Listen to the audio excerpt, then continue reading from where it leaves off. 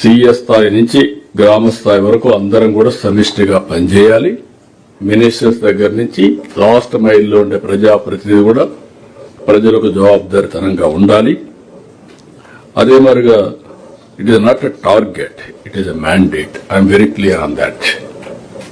ఒకవేళ మీరు చెయ్యలేకపోతే అది మన అసమర్థత తప్ప కప్పిపుచ్చుకునే ప్రయత్నం ఎక్కడా చేయకుండా మనం ముందుకు పోవాల్సిన అవసరం ఉంది.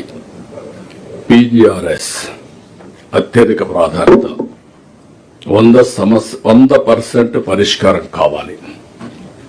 ఇందులో కూడా 2 ప్రాబ్లమ్స్ ఉన్నాయి. ఒకటి నాన్ ఫైనాన్షియల్, పైకి కిందికి తిప్పడం కాదు, సమస్యకు పరిష్కార మార్గం పెట్టాలి.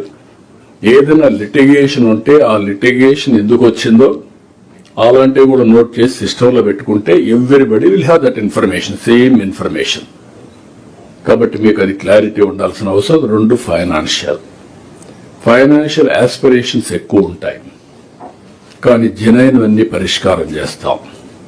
దాన్ని ఏ విధంగా చేయాలనో ఎప్పటికప్పుడు మనం కూడా రివ్యూ చేసుకుంటాం, మీ ఫీడ్బ్యాక్ తీసుకుంటాం, అవన్నీ మనం అడ్రస్ చేస్తాం.